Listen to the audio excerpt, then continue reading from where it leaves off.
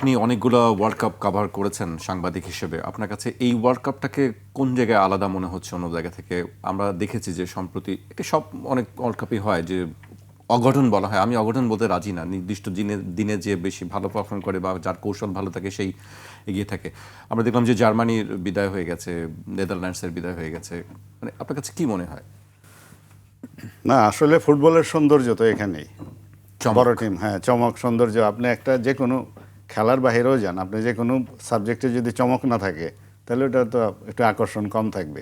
তো এটা একটা বিশ্বকাপের আকর্ষণ আমি মনে করি। তবে বিদায়টা অবশ্যই দুঃখজনক। দুইটা টিমই তো চ্যাম্পিয়ন ফাইটের টার্গেট নিয়ে আসছে, বিশেষ করে জার্মানি।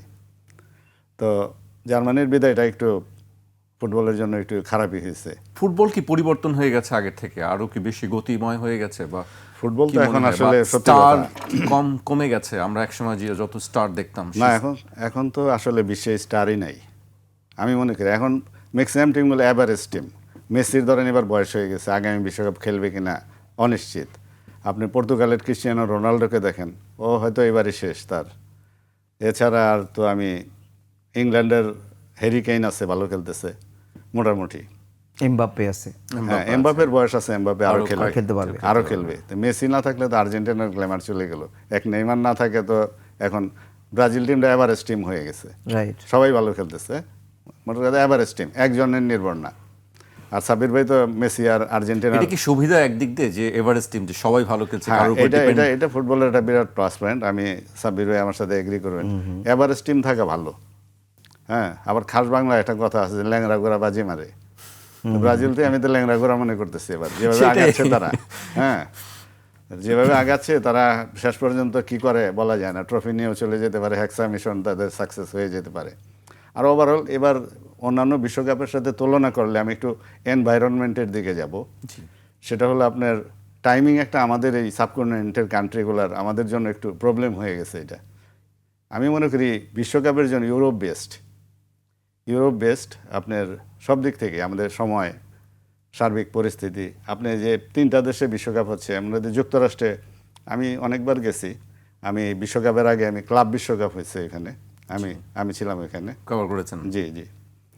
তো ওদের একটু কমিউনিকেশন প্রবলেম আছে। আপনি ইউরোপে গিয়ে রাস্তায় একটা ট্যাক্সি পেয়ে যান। নগদ নিয়ে এলো হার না মানা হার অফার। সর্বনিম্ন 10,000 টাকা রেমিটেন্স নগদে পাঠালে থাকছে স্বর্ণের হার জেতার সুযোগ। উঠলেন, চলে গেলাম। আমরা যেভাবে যেতাম, সাবওয়ে আছে, ট্রেন আছে, আমেরিকায় কিন্তু এগুলো নাই। আপনার সব আপনার উবার মোবাইলে থাকতে হবে, আপনি কল দিবেন, আসবে, টাকা কেটে নিয়ে যাবে। হ্যাঁ, জি। তো আপনি সবসময় পাচ্ছেন না। আপনি যখন তখন একটু যাতায়াত ঝামেলা ওয়েট আছে, করতে হচ্ছে আর কি। কমিউনিকেশন ঝামেলা আছে। তারপরে পর্যাপ্ত হোটেল নাই এখানে। ইউরোপে যেরকম আপনি সস্তা বলেন, দামি বলেন, সব পাওয়া যায়। খাবার দাবার সব অ্যাভেলেবেল। খাবার আছে, আমেরিকার খাবার নেই তা না। তবে আমি মনে করি সার্বিক দিক থেকে ইউরোপ বেস্ট ওয়ার্ল্ড কাপের জন্য। সময়ের বিবেচনা করলে আপনি আগামী 2036 না সৌদি আরব, সাব্বির ভাই? হ্যাঁ, 36 সৌদি আরব, ওই টাইমটা আমরা আরো বেটার পাবো আমাদের দর্শকদের জন্য। আমরা যারা আছি 36 না 34, এখানে তো 26, 34। হ্যাঁ, 34, 34 আমরা আরো বেটার টাইম পাবো দেখার জন্য। আমাদের আর এই রাত জাগার কষ্টটা করতে হবে না। না, অনেকে তো আবার রাত জেগে খেলা দেখতে পছন্দ করে। না, এটা যারা আছে তো ইয়াং তরুণ যারা আছে তাদের, তবে অনেকের সমস্যা হয়। যারা স্টুডেন্ট আছে তাদের সমস্যা হয়।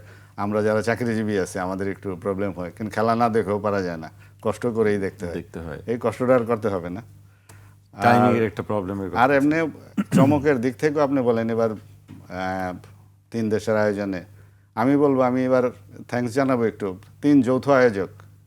3 টিমই কিন্তু ভালো খেলতেছে, 3টা হোস্ট টিমই কিন্তু ভালো খেলতেছে। কানাডাও ভালো খেলতেছে, যারা প্রত্যাশা করি নাই। কানাডা এরকম বেটার পারফরমেন্স কোনোবারই করে না, ফার্স্ট রাউন্ডই তাদের রাইট। হয়ে যায়। মেক্সিকো তো এটা অনেক সবসময় একটা ভালো টিম। লাতিন। তারা র্যাঙ্কিংয়ে অনেক উপরে, 9 নম্বর টিম র্যাঙ্কিংয়ে। তারপরে যুক্তরাষ্ট্রও এত আহামরি ফুটবল খেলতো না। এবার কিন্তু তাদের যে কোচ আছে মারিসিও পোচেত্তিনো, ও তো বেশ ভালোই টিমটাকে ভালো সাজাইছে, ইয়াং প্লেয়ার দিয়ে ভালো খেলতেছে ওরা। আর ওভারঅল বিশ্বকাপের কোচরাও একটা বিশেষ ভূমিকা রাখে। কোচ সাবির ভাইয়ের বুঝবে, আমার কাছে মনে হয় যে আমি অল্প কথাই বলবো, এবার বিশ্বকাপের তো সবচেয়ে বড় ব্রাজিল টিমের সবচেয়ে বড় তারকা তো কার্লো আনচেলত্তি, আনচেলত্তি ওই বড় ওই সেই তারকা। ব্রাজিল টিমের সবচেয়ে বড় তারকা, ঠিকই বলেছেন। Carlo Ancelotti. সবচেয়ে আর বেশি যুক্তরাষ্ট্রের টিমের হলো পচেত্তিনো হলো ওদের বড় তারকা। ও খুব highly technical coach. Carlo Ancelotti actually club লেভেলে কোচিং করে দেয়। বিশ্বকাপ ব্রাজিল তাকে নিতে অনেক কষ্ট করতে হয়েছে, অনেক ধৈর্য ধরতে হয়েছে, অনেকভাবে তাকে ম্যানেজ করে তাকে দলে নিছে। এবং আমি মনে করি ব্রাজিলের যে পারফর্মটা করতেছে ব্রাজিল টিম, এটা কোচের একটা বিরাট ভূমিকা। সাব্বির ভাই চমৎকার অ্যানালাইসিস দিচ্ছেন ওনার, তা আমি আর ওই বিস্তারিত এদিকে গেলাম না। জি।